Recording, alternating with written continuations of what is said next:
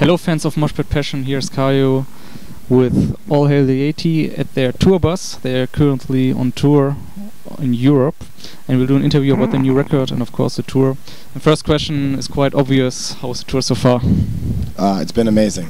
This is our fourth time over to Europe and each time it gets a little better and more people singing our songs and buying stuff, so so far so good. Yeah.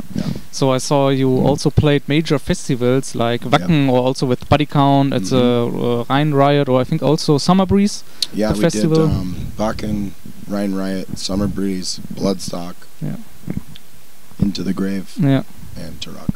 So how is it for you to stand on stage on these kind of big festivals? If you, like you previously said before, it's the fourth time here, and I guess you your first shows were small, and now it's getting bigger. And also the audience, I mean, they're completely mixed. They're all kind of fans, metal, rock. For us, I mean, for me, you know, it's been, you know, these are festivals we've heard about for a long time, especially Wacken, and you know, you kind of, as a musician in a band, you set goals for yourself, and you know, when you start working towards those, you know, you work towards them, and then when you reach those goals, you set new goals. And I think for us, it's, you know, this has definitely been one of the goals we've been trying to set, is to come over here and do these summer festivals, and it's goals that we've set, and we're very like happy to be like reaching the goals, you know. And now not only did we come for one, we came for 4 or 5 festivals, so couldn't be happier. It's amazing. So do we have maybe favorite cities or favorite spots if you come over here that you like, hey, we definitely something like we play in Cologne with Body Count, but there's a big cathedral, there's also a big culture. If we can, maybe we try something like sightseeing, or I mean, I try to do as much of that stuff as possible. I don't party anymore, so you know, I get up early and I go and try to see as much as I can when I can. Cologne is a beautiful city. We've been there 4 times. It's, you know, one of my best friends lives there, so I've spent a lot of time there, and you know, it's just, you know, pretty rich in history. And my favorite city so far that I've been to is Haarlem. Haarlem in the Netherlands. It's just, you know, it's right up my alley. It's like Amsterdam without the tourists and without the whole party scene. Very beautiful, very clean. The people are very forward-thinking and very nice, and we just enjoyed our day there. It was really cool. So the music business changed over the last 25 years. It's crazy. So I know, for instance, if European bands go to America, they say it's very hard to tour, about something like the venues. There's no some kind of backstage room. Never. Or also about the paying. And how is it for you as a young band and building a career first in US and come over in Europe? So where are the major difference if you compare both Europe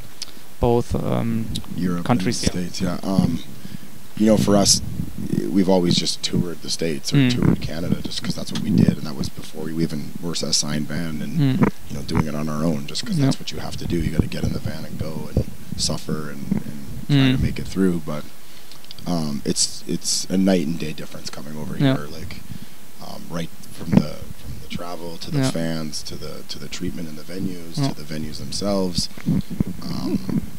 You know, it's hard. It's hard to in the States. It's hard to survive. There's so many places you can go. It's so big, and there's so many bands. So like, I think a lot of the venues and the promoters are just like, you know, well, don't come then. You know, if you don't want to, if you don't want to come for $100, then don't come.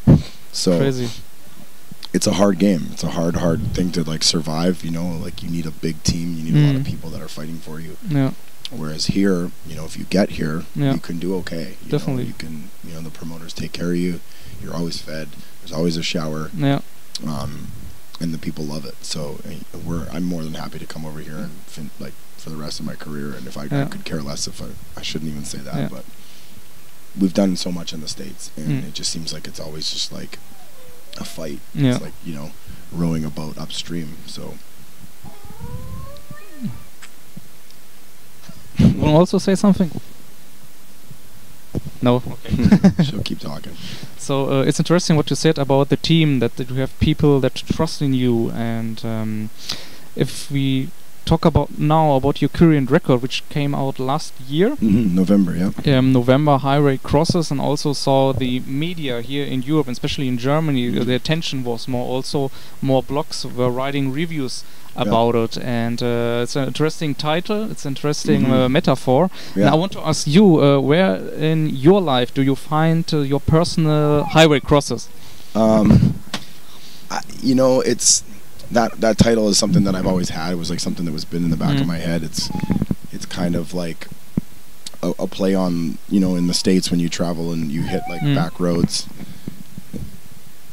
You hit these back roads and you see these little white crosses that line the highways, or memorials for people that have died, and then also like a crossroads for where you are in your life, or where we are as a band, or where we are in our career. And I think this record was a crossroads for us. You know, we were like, we needed to make something, do something different, but stay true to who we were.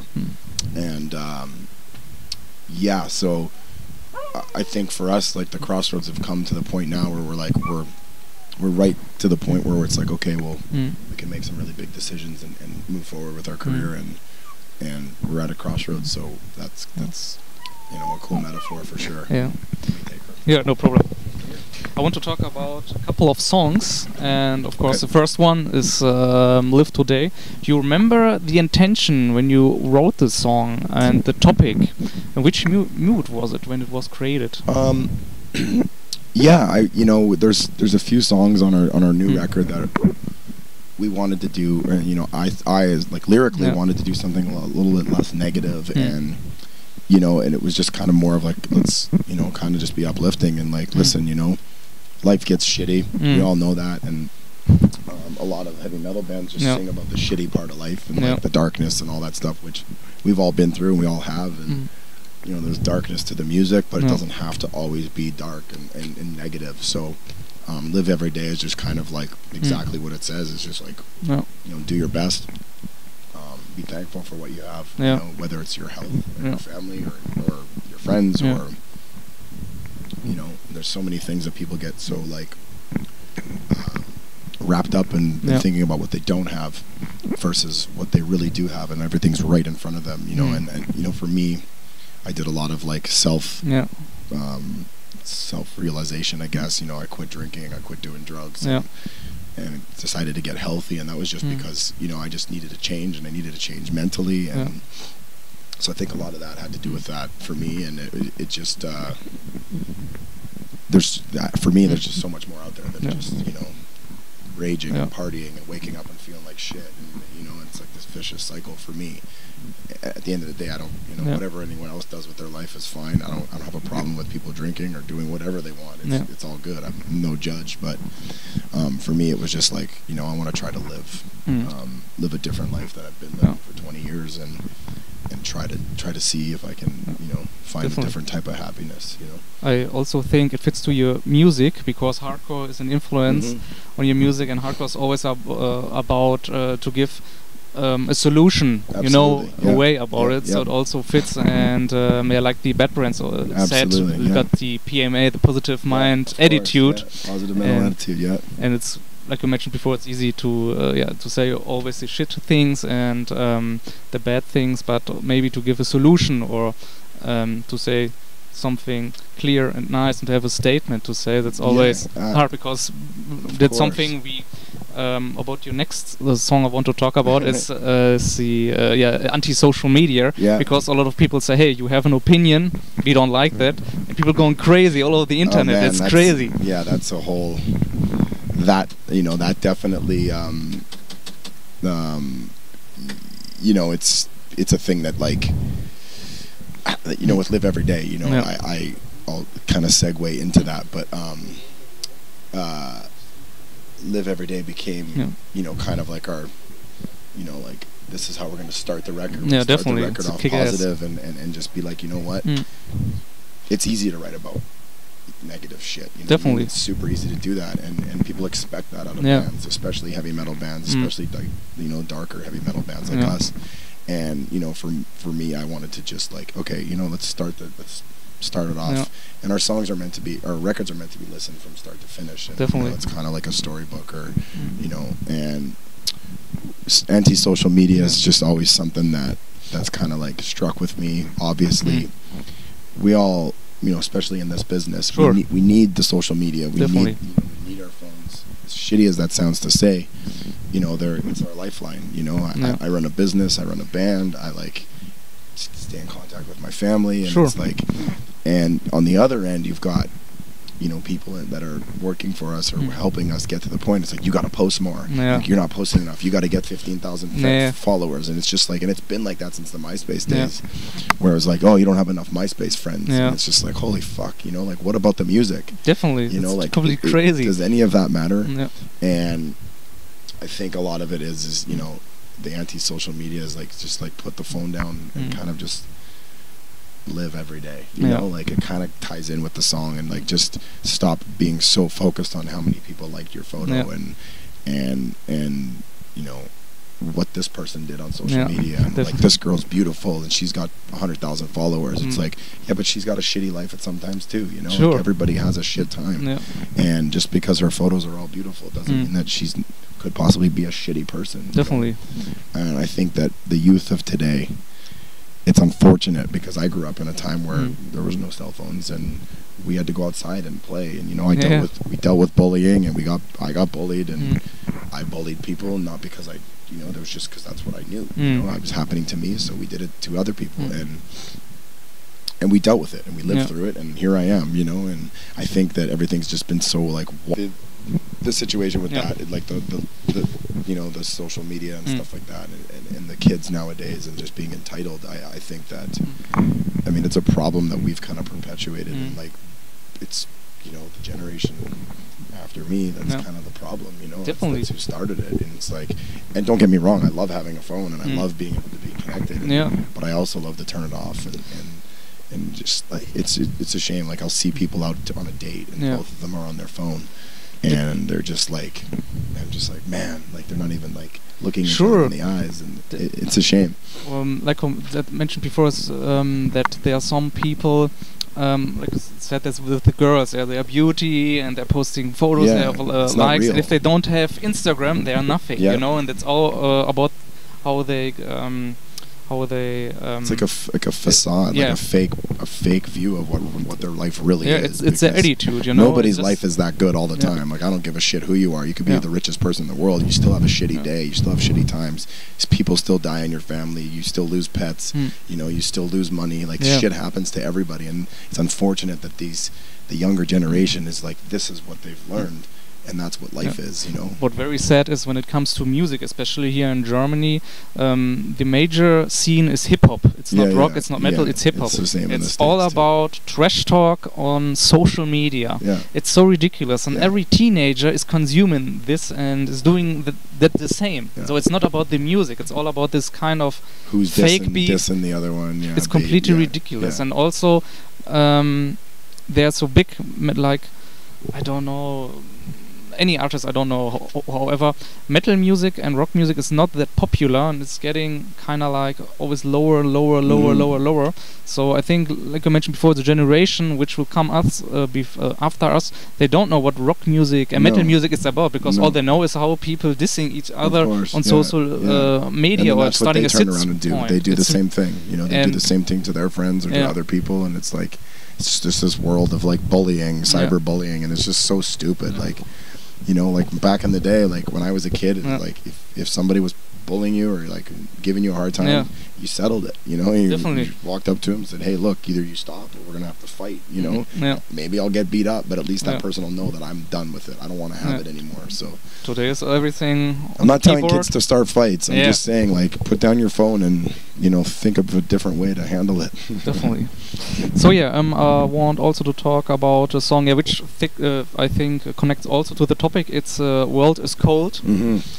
And from your point of view, what are the major problems at the current moment where you say, dude, we have to sit down, think different, do something. If you got, I don't know, a problem with something, start your own business, for instance, start your own magazine, something like that. I think that World is Cold is like, I mean, that the inspiration came from that was just like, again, kind of like the social media thing and how everybody's just so consumed with like money and like finding a way to make this money, and then they forget that like, oh man, I just let 20 years of my life go by because I'm stuck in this job that I hate. I go home from work and I don't talk to my kids because I'm tired. My wife is cheating on me because I don't give her, you know what I mean? Like it's all this, and it doesn't mean just men, women too. You know, women now are in the workforce and they're a huge part of it.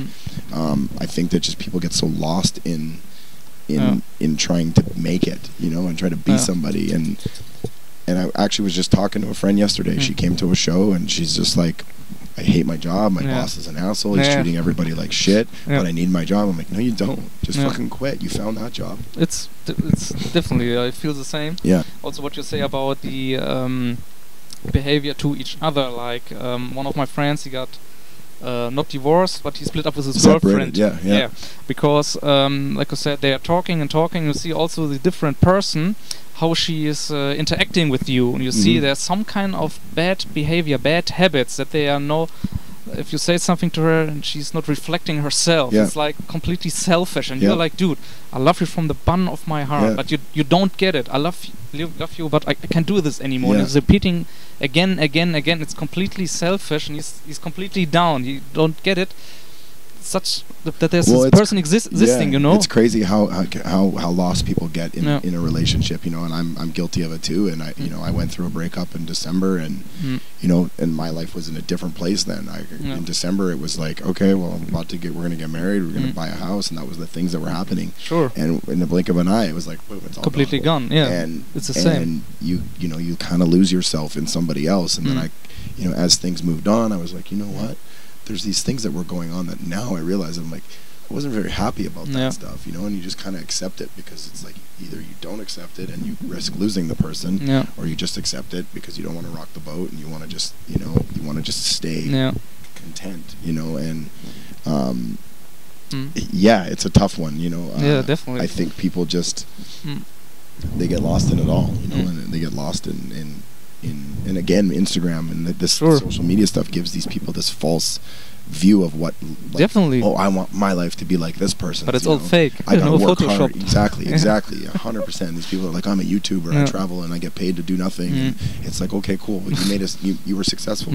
Just because you did it doesn't mean it's that easy to do. Sure. And maybe that's your skill. Maybe this person that's watching this skill is like being a lawyer, you know, and like, so I guess people just, I think they blame a lot of their like unhappiness on, oh, it's my job. I hate my job. It's like, well, you're in control.